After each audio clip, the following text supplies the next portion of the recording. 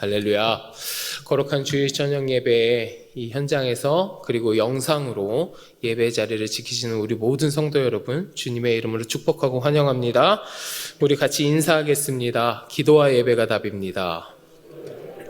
사랑하고 축복합니다. 우리 한 번만 더 인사해 볼까요? 힘내시기 바랍니다. 힘내시기 바랍니다. 힘내세요. 힘내세요. 정말 우리가 진짜 힘내야 하는 시기를 지금 보내고 있어요. 코로나 때문에 경제적으로, 마음, 심적으로 참 어려운 시기를 보내고 있는데, 그러나 우리 주님께서 우리와 함께 하시면서 이 모든 것을 넉넉하게 이기게 하실 줄 믿습니다. 아멘. 여러분 마음속에 누군가 원망과 미움의 대상이 되는 사람이 있으십니까? 있으실 거예요. 아마 있으실 거예요. 사실 살면서 어떻게 미운 사람 하나 없겠어요. 미운 사람 없는 사람이 누가 있겠어요. 나를 억울하게 하는 사람, 나를 힘들게 하는 사람, 나에게 잘못을 저지른 사람 등등등등등. 내 마음속에 미움의 대상이 될 만한 사람들이요, 사실 내 주위에 생각보다 굉장히 많아요. 하물며 교회 안에서도 있어요. 교회 안에서도. 제가 어떤 권사님 얘기가 생각이 나는데, 어떤 권사님이요, 예배를 드리고 이제 집에 가시는 거예요. 근데 그 예배를 드리는데 그 예배가 너무너무 은혜가 됐대요. 그 권사님 말을 빌리자면, 제가 예배를 드리면서 아주 은혜를 온팡지게 받았어요. 그러셨다고요. 온팡지게 은혜를 받았대요. 그래서 목사님 감사합니다, 은혜 받았어요 하면서 이제 딱 집에 가려고, 예배 끝나고 나서는 거예요. 그 주차장에 가서 이제 차를 빼서 집에 가려고 딱 차에 갔는데, 내 차 앞에 어떤 차가 딱 가로막고 있는 거예요. 딱 가로막고 못 나가는. 그래서 전화를 했어요. 전화를 해서 차 빼달라고 전화를 했는데 전화를 안 받더래요. 그래서 다시 전화를 했어요. 다시 전화를 또 안 받더래요. 슬슬 짜증이 올라오기 시작하더래요. 한 번 더 전화했어요. 또 안 받더래요. 그래서 화가 나기 시작하더라는 거예요. 마지막으로 전화했는데 또 안 받아요. 그러더니 누가 헐레벌떡 와서 죄송합니다 그런데 얼굴만 봐도 짜증이 팍 나더래요. 막 욕을 한 대 빡 쏟아붓고 싶은 마음이 막 끌어오른다는 거예요.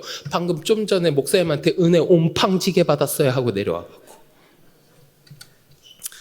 어떻게 우리가 살면서 누가 미운 마음 이런 거 없는 사람이 누가 있겠어요. 방금 그거 우리 교회 얘기 아니에요, 여러분. 저 서울에 아시죠? 우리 교회 아니에요. 내가 그렇게 미워하는 사람이 우리 가운데는 있을 거라고요. 그런데 여러분, 그러면 내 안에 그 미움의 대상이 되는 그 사람을 진심으로 용서해 본 적 있으십니까? 진심으로요? 이것도 쉽지 않은 이야기이실 거예요. 왜냐하면 진심으로 누군가를 용서한다는 건요, 미운 사람이 생기지 않는 것보다 더 어려운 이야기일 수도 있으니까요. 제가 용서라는 단어를 국어사전에서 찾아보니까 이렇게 얘기해요. 지은 죄나 잘못한 일에 대하여 꾸짖거나 벌하지 아니하고 덮어줌. 이게 용서래요. 그러니까 나한테 누가 죄를 지었어요. 나한테 누가 잘못했어요. 근데 그거 가지고 뭐라고 하지 않고 덮어주는 게 용서라는 거예요. 덮어주는 게. 제가 이 용서에 대해서 곰곰이 좀 생각을 해봤습니다. 나는 누구에게 용서를 받아야 하는가? 누가 나를 가장 많이 용서해 줬을까? 가만히 생각해 보니까 딱 떠오르는 한 명, 저희 어머니예요. 어머니가 저를 제일 많이 용서해 주신 것 같아요. 지금도 저희 어머니는 저를 만나면 이렇게 얘기하세요. 아이고 착한 우리 아들. 아이고 우리 아들 효자네. 착하게 커져서 고맙다. 엄마는 아들한테 이제는 바라는 거 아무것도 없어. 살만 빼면 돼. 지금도 언제나 저를 만나면 고맙다고, 효자라고, 착하다고 항상 그렇게 얘기하세요. 자, 여러분 보세요. 어머니 말씀처럼요, 제가 효자처럼 생겼죠? 고맙습니다. 누구든지 제 얼굴을 보면 아실 거예요. 착함이라고 써있잖아. 근데요, 제가 생긴 것처럼 진짜 효자냐, 진짜 그렇게 착하게 컸느냐? 아니에요. 말썽 많이 피웠죠. 아주 그냥 부모님 속 썩이는 건 진짜 대한민국에서 1등 저리 가라 했어요. 제가 한 가지만 말씀드릴게요. 때는 바야흐로 근 20여 년 전, 제가 중학생 시절에 20년 조금 더 된 거예요. 제가 중학생 때 얼마나 말 안 듣는 학생이었겠어요. 선생님이 앞에서 열심히 수업하시는 그 선생님의 모습에 감동받아가지고 제가 뒤에서 열심히 만화책을 보고 있었어요. 그런데 제 옆에 앉아있던 제 친구가 장난 반 그리고 골탕 먹이려는 마음이 있었는지 선생님한테 고자질하는 거예요. 선생님, 정수 만화책 봐요. 근데 그날따라 선생님이 기분이 좀 안 좋으셨나 봐. 만화책 봤다고 두드려 패기 시작하시는데 진짜 많이 맞았어요. 만화책 봤다고 이렇게까지 맞아도 되나 싶을 만큼 맞았던 것 같아요. 근데 분이 다 안 풀리셨나 봐요. 한참 저를 두드려 패시더니 수업 끝나고 교무실로 따라와 그러시는 거예요. 이제 엄마를 부르시려나 부모님한테 전화하시려나 하고 갔어요. 교무실에 갔어요. 여지없이 부모님 전화번호 눌러 하고 어머니한테 전화하는 거예요. 어머니한테 딱 전화해서 학교로 오세요. 뭐 이런 얘기 할 줄 알았어요. 근데 딱 전화하시더니 제 기억에서 잊히지도 않아요. 선생님이 저희 엄마한테 딱 임정수 학생 어머니 되십니까? 네, 그러셨겠죠. 저희 어머. 임정수 학생 어머니 되십니까? 그 다음에 뭐라고 하셨냐면 이 새끼 못 가르치겠으니까 오셔서 자퇴시키세요. 그리고 전화 딱 끊었어요. 근데 되게 공교롭게도요, 엎친 데 덮친다고 그날이 무슨 날이냐면 저희 어머니 생일이었어요. 저희 어머니는요, 아침에 아들이 막 엄마 생일 축하해 엄마 그러고 아침 기분 좋게 학교 갔어요.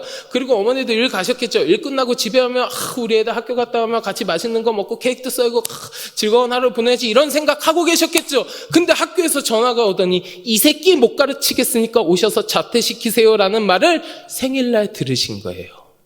얼마나 속이 상하셨을까요? 저도 이렇게 잊어버리지 않는 사건인데 저희 어머니 마음속에 얼마나 큰 사건으로 남아있겠어요. 근데 이거 빙산의 일각이에요. 저는 진짜 이거 말고도 사고 많이 쳤어요. 진짜 못된 놈이었어. 그런데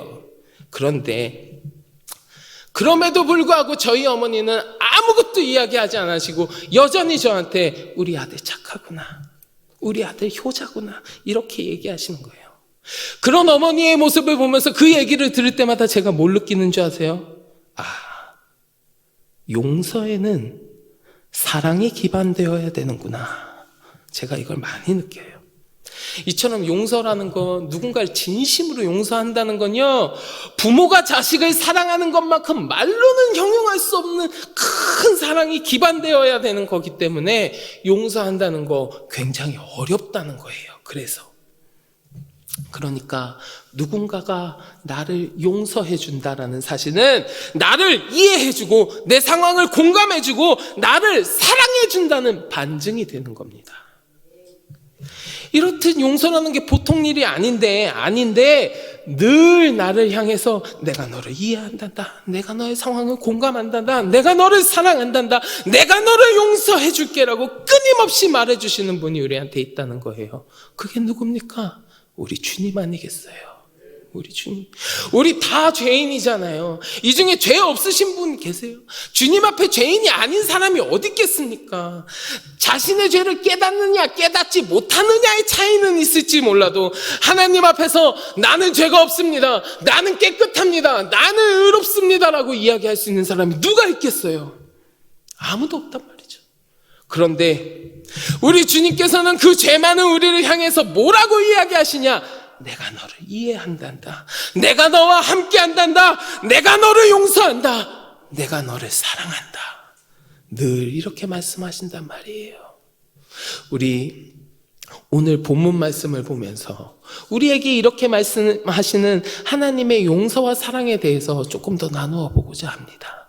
자, 오늘 본문 말씀 여러분들 잘 아시는 말씀일 거예요. 자, 오늘 본문 말씀의 장면을 우리가 한번 상상해 보자고요. 상상해 보면 일단 장소가 성전이에요. 성전에 많은 사람들이 예수님의 가르침을 듣기 위해서 몰려 있어요. 많은 사람이 몰려 있고 거기서 예수님의 가르침을 전하고 계시는 거예요. 뭐 막 일단 한산하지는 않았을 거예요. 사람들이 모여 있으니까 막 북적북적했겠죠. 근데 그때에 거기서 서기관과 바리새인이 간음하는 현장에 있던 여자를 잡아서 딱 데리고 옵니다.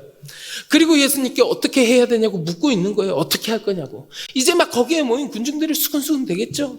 부산스럽고 막 소란스럽겠죠. 누군가는 저 여자를 돌로 치라고 막 소리 지르고 있었을 거예요.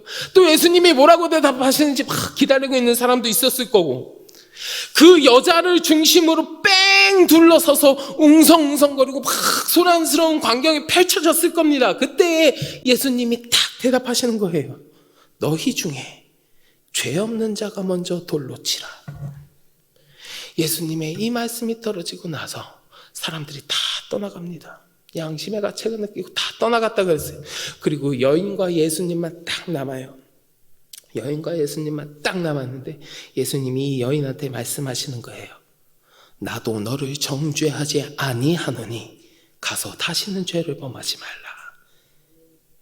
이런 모습이 펼쳐지는 오늘 본문 가운데 막 등장인물들이 있죠. 우리 예수님 있고 서기관과 바리새인들이 있고 여인이 있고 군중들도 있고 막 이렇게 있는데 우리 그중에서 서기관과 바리새인의 모습 그리고 여인을 중심으로 오늘 이야기를 조금 더 깊이 살펴볼까 합니다. 자, 첫 번째로요. 서기관과 바리새인이 이 본문에 등장하는데 지금 그 현장 가운데 딱 서 있는 그 간음하던 여자 그 여자를 붙잡아온 인물이 누구냐 하면 서기관과 바리새인이에요. 그런데 이 서기관과 바리새인들이 하는 행동이 좀 이상해요. 간음하는 여자를 붙잡아서 성전으로 끌고 와갖고 예수님 앞에 세운 이 행동이 좀 이상하단 말이에요. 뭐가 이상한지 한번 살펴볼게요. 우리 오늘 본문 말씀 3절부터 5절 같이 한번 봉독해 보겠습니다. 3절부터 5절 같이 봉독합니다. 서기관들과 바리새인들이 음행 중에 잡힌 여자를 끌고 와서 가운데 세우고 예수께 말하되 선생이여 이 여자가 간음하다가 현장에서 잡혔나이다. 모세는 율법에 이러한 여자를 돌로 치라 명하였거니와 선생은 어떻게 말하겠나이까. 지금 이들의 행동이 좀 이상한 거 여러분들 느끼시겠어요? 제가 한 가지씩 좀 이야기해 볼게요. 첫 번째, 이 여자는 지금 간음하다 붙잡혀왔다 그랬잖아요. 여러분, 간음이라는 건 혼자 할 수 있는 일이 아닙니다. 반드시 상대가 있어야만 이루어질 수 있는 거잖아요. 그런데 이 장면을 가만 보면 여인만 붙잡혀왔을 뿐 함께 된 그 상대 남자의 모습은 어디서도 찾아볼 수 없어요. 물론 이 시대에요, 남성과 여성의 지위가 완전히 차이가 나요. 엄청나게 차이가 나요. 그래서 여성이 상대적으로 지위가 많이 낮으니까 뭐 그런 이유로 여자만 붙잡혀 왔을 수도 있죠 라고 얘기할 수도 있지만 아니에요. 아니라고요. 이때 당시에 간음죄라는 거는요. 간음죄라는 건 그 당시에 남녀의 지위의 차이를 생각해 보았을 때 간음죄는 꽤나 평등한 법이었어요. 우리 레위기 20장 10절의 말씀 같이 봉독해 보겠습니다. 레위기 20장 10절입니다. 누구든지 남의 아내와 간음하는 자, 곧 그의 이웃의 아내와 간음하는 자는 그 간부와 음부를 반드시 죽일지니라. 말씀 한 구절만 더 볼게요. 신명기 22장 22절 말씀입니다. 어떤 남자가 유부녀와 동침한 것이 드러나거든 그 동침한 남자와 그 여자를 둘 다 죽여 이스라엘 중에 악을 제할지니라. 아멘. 자, 말씀에서 보셨다시피 간음하다가 적발이 되면 남자는 어떻게 하고 여자는 어떻게 해라 이렇게 구분되어 있지 않아요. 남자와 여자를 구분하지 않고 죄를 지은 자 둘 다 죽여라 해요. 근데 오늘 말씀에는 남자는 없어요. 지금 남자는 없어요. 이상하잖아요. 두 번째 이상한 거 또 있어요. 자, 현장에서 적발이 되고요. 그 죄를 물어서 돌로 쳐 죽이고자 할 때는 또 다른 필요 조건이 또 있어요. 그게 뭐냐 하면 증인이에요. 증인. 우리 신명기 17장 5절부터 6절 말씀 같이 봉독해 보겠습니다. 너는 그 악을 행한 남자나 여자를 내 성문으로 끌어내고 그 남자나 여자를 돌로 쳐 죽이되 죽일 자를 두 사람이나 세 사람의 증언으로 죽일 것이요 한 사람의 증언으로는 죽이지 말 것이며. 우리 신명기 19장 15절도 같이 봉독합니다. 사람의 모든 악에 관하여 또한 모든 죄에 관하여는 한 증인으로만 정할 것이 아니요 두 증인의 입으로나 또는 세 증인의 입으로 그 사건을 확정할 것이며. 이처럼 누군가를 간음죄로 현장에서 적발하고 그를 돌로 쳐 죽인다는 건요, 적어도 죄를 지은 남녀가 있어야 된다는 이야기이고요, 그 죄에 대해서 2명 내지 또는 3명의 증인이 있어야 한다는 이야기예요. 이 조건이 성립돼야만 이 돌로 쳐 죽일 간음죄가 성립되는 거예요. 왜냐하면 이게 사적인 감정 때문에 누군가에게 누명을 씌우는 것을 막고자 하는 최소한의 보호책으로 만들어진 법이었단 말이에요. 그런데 오늘 본문을 잘 보면요, 죄를 지은 남성은 물론이고요, 증인도 아무도 등장하지 않습니다. 아무도요. 자, 100번 이해해서 그럴 수도 있다고 칠게요. 그럴 수도 있다고 치고 가만 생각해 보면 이상한 게 또 있어요. 또. 자, 3번째 이상한 점. 자, 우리가 재판 같은 거 할 때 보면요, 여러분 잘 생각해 보세요. 죄를 지은 게 명백해요. 아주 다 밝혀졌어요. 명백히 죄인이야. 그래도요, 그 죄인한테 형벌을 내리기 전에 뭐 하냐 하면 적어도 마지막으로 할 말 있습니까? 해명할 말 있습니까? 물어보는 게 일반적이라고요. 일반적이에요. 그런데 이 장면에서는요, 서기관들과 바리새인들, 거기 있는 모여있는 사람들 중 그 누구도 이 여인에게 어떤 질문을 하거나 해명을 듣는 일 따위는 없습니다. 없어요. 자, 1000번 양보해서 그럴 수 있다고 칠게요. 마지막으로 이상한 점 하나 또 있어요. 뭐냐? 이 여인을 붙잡고 나서, 자, 현장에서 붙잡았어요. 그러면 율법이 정한 규정과 조건에 따라서 그 죄를, 그 형벌을 집행하면 되는데, 그런데 굳이 예수님 앞에 성전에 이 여인을 끌고 와서 이 상황을 지금 만들고 있는 거예요. 이게 왜 이상하냐 하면 지금 이 사건이 발생하고 있는 시점이요, 여러분. 명절 끝날이라고 얘기하는 그 시점이거든요. 명절 끝날. 무슨 명절이냐? 초막절이에요. 초막절. 자, 유대인들에게는요, 3대 명절이 있습니다. 유대인의 3대 명절. 첫째는 유월절이요, 둘째는 맥추절이요, 셋째가 초막절이에요. 3대 명절로 지키는 큰 명절이라는 거예요. 다른 날도 아니고 큰 명절 끝날에 성전에서 지금 이 일을 벌이고 있다는 거예요. 그러면 이 상황 자체가 지금 이 서기관들과 바리새인들이 굉장히 중대한 잘못을 하고 있다는 거거든요. 왜냐하면 다른 날과는 구별돼서 거룩한 날로 지키는 명절 끝날에 죄 지은 부정한 여인을 무작정 성전으로 끌고 온 것도 문제고요. 심지어 자칫하면요, 이 여인을 그 거룩한 날에 성전 안에서 돌로 쳐 죽이는 일이 이 현장에서 벌어질 수도 있는 상황이거든요. 이상하죠? 이처럼 지금 이들이 하는 행동을 보면 이상한 점 투성이에요. 투성이라고. 그런데도 불구하고 지금 이들은 이런 행동을 하고 있다는 거죠. 왜 그랬을까? 지금 자신들이 하고 있는 행동이 이상하다는 거 몰랐겠어요? 아니요. 지금 자신들이 하는 행동이 이상하다는 거, 율법에 맞지 않다는 거 이들도 다 알아요. 다 알았을 거라고요. 그런데도 불구하고 지금 이런 행동을 하고 있다는 건 자신들의 그 모든 이상한 점들을 무시할 만큼 원하는 무언가가 있다는 거죠. 원하는 무언가. 그게 뭐겠습니까? 우리 오늘 본문 6절 같이 봉독하겠습니다. 본문 6절 같이 봉독합니다. 그들이 이렇게 말하면 고발할 조건을 얻고자 하여 예수를 시험함이러라. 예수께서 몸을 굽히사 손가락으로 땅에 쓰시니. 고발할 조건을 얻고자 하여 예수를 시험함이러라.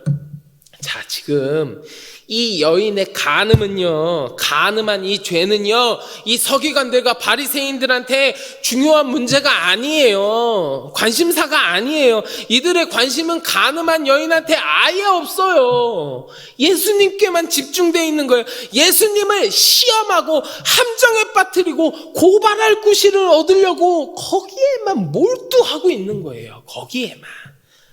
서기관이라면서요, 바리새인이라면서요, 율법의 전문가들이에요.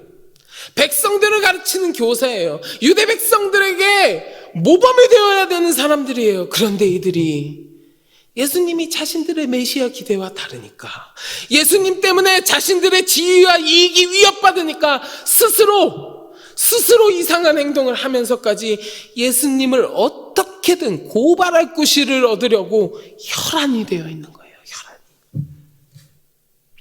예수님을 궁지로 몰았다고, 완벽히 함정에 빠뜨렸다고 생각하면서 사악한 미소를 짓고 있을 서기관들과 바리새인들의 모습을 한번 떠올려 봅니다.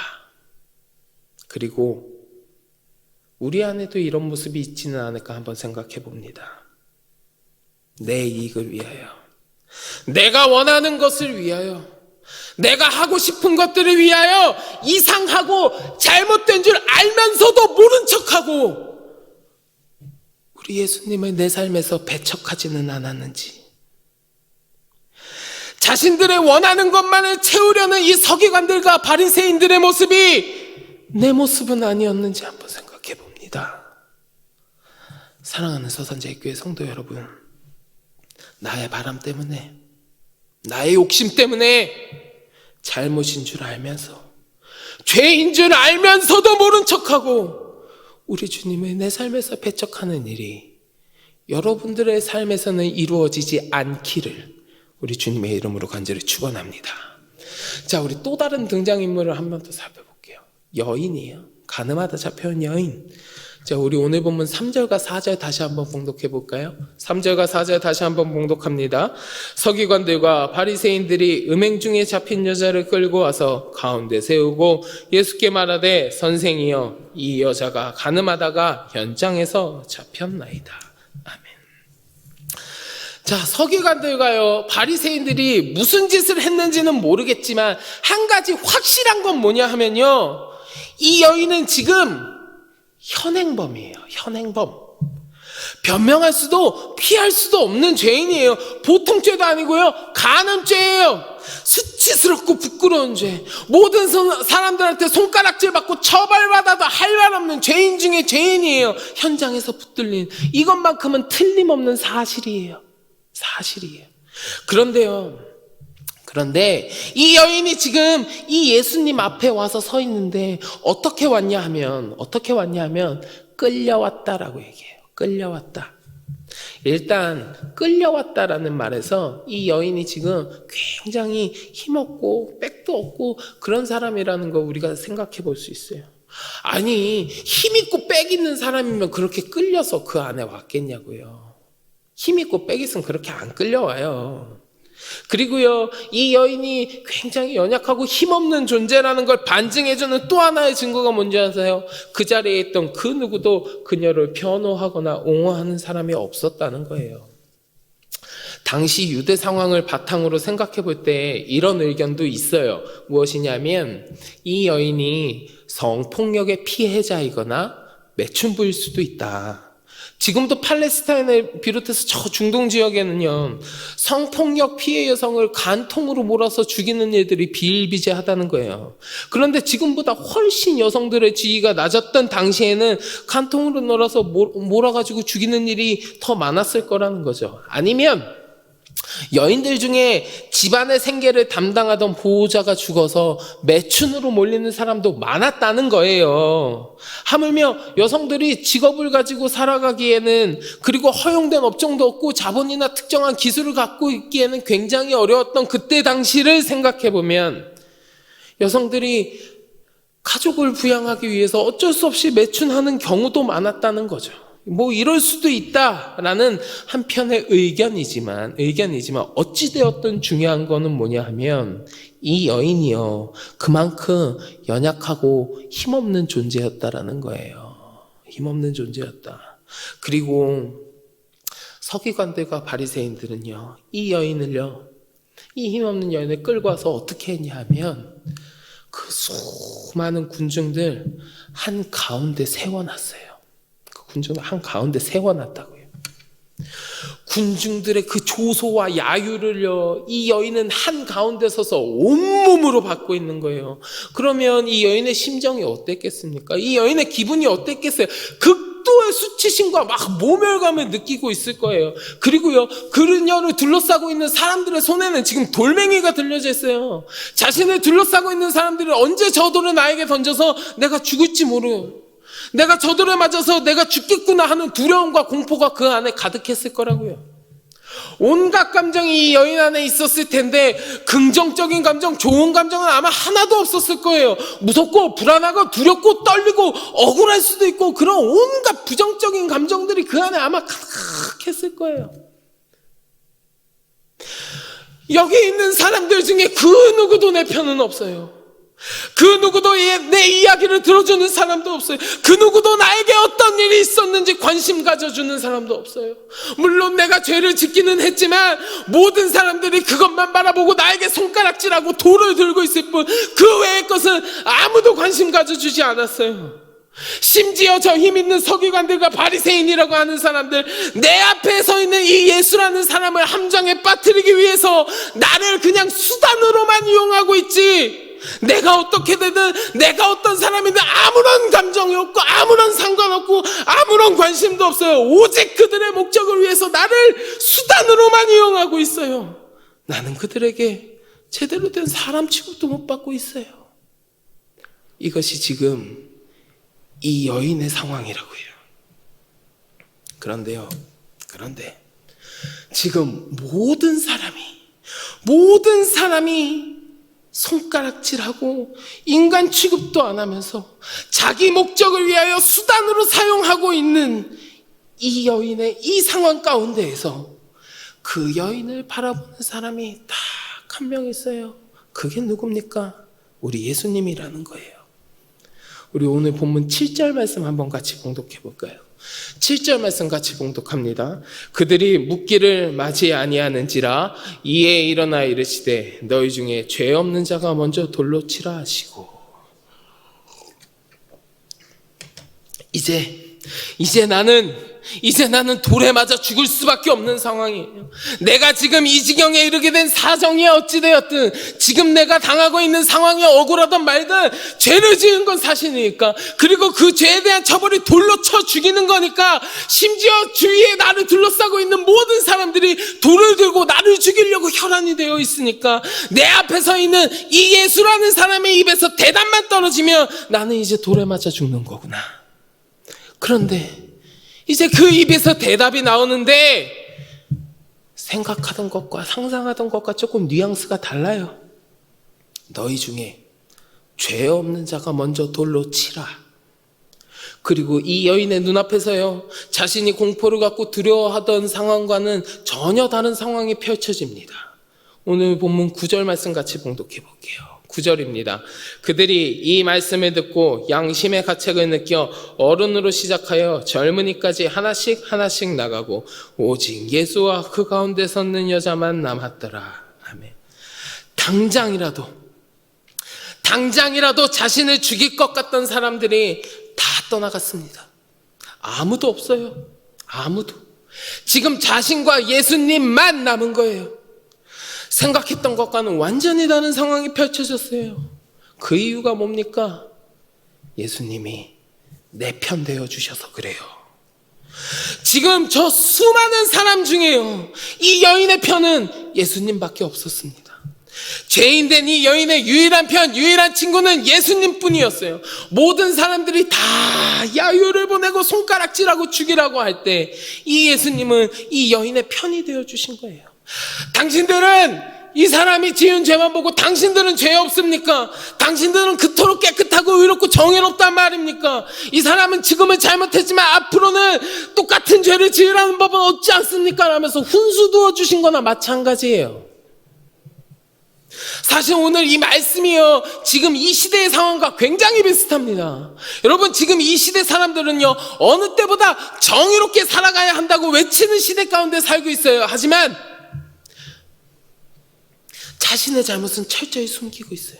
조금만 흠이 있고요, 조금만 잘못이 있어도 뒤도 안 돌아보고 돌멩이 들고 달려드는 이 시대이지만 내 잘못 철저히 숨기면서 남의 잘못은 더 드러내어서 정죄하는 시대. 그래서 더 외롭고 더 쓸쓸하고 더 아픈 시대라고요. 우리가 지금 그런 시대를 살아가고 있는데, 그런 우리의 힘들어하는 손을 잡아주시고 우리의 지친 등을 토닥여 주시는 분이 우리 예수님이라는 거예요. 남들이 다 나를 비난하고요, 남들이 다 나에게 손가락질 할 때도 우리 주님은 내 손 잡아주신다는 거예요. 내 편 되어주신다는 거예요. 사랑하는 성도 여러분, 살아가면서 억울한 일 있으시지요? 힘든 일 있으시지요? 남들이 다 손가락질하고 억울하고 원통한 일 우리의 삶에도 있을 수 있습니다. 아무도 몰라주는데 내 속에 이 억울한 마음 우리 가운데도 있을 수 있어요. 그러나 그때에 남들은 다 몰라도 우리 예수님만큼은 모든 걸 다 아시고 내 편 되어주신다는 거예요. 근데 우리가 여기서 한 가지 더 기억해야 될 게 있습니다. 한 가지 더 기억해야 될 게 있어요. 그게 무엇이냐? 예수님이 내 편이라고 해서, 사람들이 물러갔다고 해서 내가 죄인이 아닌 건 아니에요. 나는 여전히 죄인이에요. 예수님이 7절에서 뭐라고 하셨냐 하면, 너희 중에 죄 없는 자가 먼저 돌로 치라, 이렇게 말씀하셨어요. 그냥 사람들을 향해서 물러가라, 이 여인을 죽이지 말라, 이렇게 말씀하시지 않았어요. 죄 없는 자가 돌로 치라예요. 돌로 치라. 그러면 그 수많은 군중 가운데에서 죄 없는 자가 누가 있었겠어요? 사람들이 다 물러갔다면서요. 사람들 중에 죄 없는 자는 없는 거예요. 그 자리에 남아있는 딱 한 사람 누굽니까? 우리 예수님. 죄 없는 자는 우리 예수님 뿐이라는 거예요. 죄 없으신 분은 우리 예수님 뿐이라는 거예요. 바꿔 말하면 뭔지 아세요, 여러분? 바꿔 얘기하면요, 죄 없는 예수님은 이 여인을 돌로 칠 수 있다는 거예요. 죄 없는 예수님은 이 죄인을 돌로 치고, 이 여인을 돌로 치고 정죄하고 심판할 수 있으신 분이라는 거예요. 우리한테도 마찬가지예요. 예수님은요, 죄 없으신 우리 주님은 우리를 정죄하시고 우리를 돌로 치시고 우리를 심판하실 수 있는 분이에요. 그런데 이 예수님이요, 그렇게 하실 수 있는 분, 그렇게 해도 되는 자격이 충분한 유일한 사람, 우리 예수님이요, 그렇게 하지 않으시고 이야기하시는 거예요. 오늘 본문 11절 같이 봉독해 볼까요? 오늘 본문 11절 같이 봉독합니다. 대답하되 주여 없나이다. 예수께서 이르시되 나도 너를 정죄하지 아니하노니 가서 다시는 죄를 범하지 말라 하시니라. 아멘. 나도 너를 정죄하지 아니하노니. 나의 죄를 정죄하시고 심판하실 수 있는 예수님께서 나에게 나도 너를 정죄하지 아니한다고 말씀하셨어요. 무슨 이야기입니까? 나를 용서하신다는 거잖아요. 용서하신다는 거예요. 네가 잘못이 없다는 이야기가 아니야. 너 잘못했어. 너 죄 지었어. 내가 알아. 그러나 너를 정죄하지 아니하노니. 용서해 주시는 거라고요. 내 죄를 용서해 주시는 거라고요. 그리고 여기서 끝이 아니에요. 한마디 또 있어요. 뭡니까? 다시는 죄를 범하지 말라. 기회를 주시는 거예요. 네가 죄인이지만, 네가 잘못했지만 내가 정죄하기보다는 용서해 줄게. 그리고 다시금 잘 살아갈 수 있도록 기회를 줄게. 그러니까 가서 다시는 죄를 범하지 말라. 이게 예수님 마음이라는 거예요. 그리고 지금 우리에게도 똑같습니다. 우리도 다 죄인이잖아요. 우리가 주님 앞에서 완전 무결하게 깨끗한 사람이 있습니까? 없어요. 우리 다 죄인이에요. 그런데 그런 우리를 바라보시면서, 그런 우리를 지금 우리 주님께서 바라보시면서 말씀하시는 거예요. 나도 너를 정죄하지 아니하노니 다시는 가서 죄를 범하지 말라. 왜요? 왜 우리 주님 나를 용서하시고, 죄 많은 나를 용서하시고 왜 기회를 주십니까? 사랑하기 때문에요. 사랑하기 때문에. 우리 주님은요, 우리를 정죄하기보다는 오히려 우리의 죄를 위하여 십자가에서 피 흘리고 대신 죽으신 분이에요. 십자가를 지면서 우리에게 새로운 기회를 주시는 분이에요. 왜요? 그만큼 사랑하니까요. 그만큼 사랑하니까. 우린 참 연약한 존재입니다. 그래서 죄 가운데 자꾸 빠져요. 그런 우리에게 주님은 말씀하시는 거예요. 내가 너를 사랑한단다. 내가 너를 위해 십자가를 졌단다. 내가 너를 용서한단다. 내가 너를 정죄하지 아니한다. 내가 너에게 새로운 기회를 줄 테니 가서 다시는 죄를 범하지 말고 살거라. 우리에게 끊임없이 주님의 사랑을 선포해 주시는 거라고요. 여러분들 잘 아시는 노래 중에요, 그런 노래가 있을 거예요. 여러분이라는 노래 아시죠? 가수 윤복희 씨가 부른 여러분 내가 마냐, 아시죠? 그게 사실은 이 윤복희 씨라는 가수가 간증하는 걸 들었는데, 사실은 이분이 기도하면서 하나님이 주시는 말씀을 자기가 노래로 만든 거라 그래요. 그래서 우리가 아는 한글 노래 말고 영어로 돼 있는 원곡 가사를 보면 하나님에 대한 고백이에요. 사실은 굉장히 은혜로운데, 우리가 마지막 부분에 다 아는 하이라이트 있어요. 막 노래하다가 나레이션 하죠. 내가 외로울 때면 누가 나를 위로해 주지, 여러분, 아시죠? 근데 그 부분이요, 그 부분이 원래 뜻, 원래 가사, 원래는 무슨 말이냐면 이런 고백이라는 거예요. 내가 하나밖에 없는 나의 아들을 누구의 죄를 대속해서 십자가에 못 박혀 죽게 했는 줄 아니? 바로 너. 원래 이거래요. 내가 하나밖에 없는 나의 아들을 누구의 죄를 대속해서 십자가에 못 박혀 죽게 했는 줄 아니? 바로 너. 사랑하는 성도 여러분, 다른 사람들 다 손가락질하고요, 다른 사람들 다 몰라도 우리 주님은 나를 이해해 주시고, 우리 주님은 나를 불쌍히 여겨주시고요, 우리 주님은 나를 신뢰해 주시고, 우리 주님은 나를 사랑해 주시고, 우리 주님은 나를 용서해 주신다 하셨어요. 그런 우리 주님 앞에 우리들은 지금 어떤 모습으로 서 있습니까? 혹시나 또다시 주님 앞에 죄인의 모습으로 서 있지는 않으십니까? 바라기는 함께 예배하는 우리 모든 성도 여러분, 우리를 향하신 이 끊임없는 주님의 사랑의 마음을 기억하시고, 이제는 우리 예수님의 말씀처럼 다시는 죄를 범하지 않고 살아가겠다고 결단하시는 여러분들이 되시기를 주님의 이름으로 간절히 축원합니다. 그리하여서 우리 주님 우리에게 베풀어 주시고 끊임없이 말씀하시는 그 사랑이 여러분들 삶 가운데 가득히 흘러넘치시기를 주님의 이름으로 간절히 축원합니다. 아멘. 우리 같이 기도하겠습니다. 하나님, 내가 너를 이해한단다. 내가 너와 함께한단다. 내가 너를 정죄하지 아니한다. 내가 너를 사랑한단다.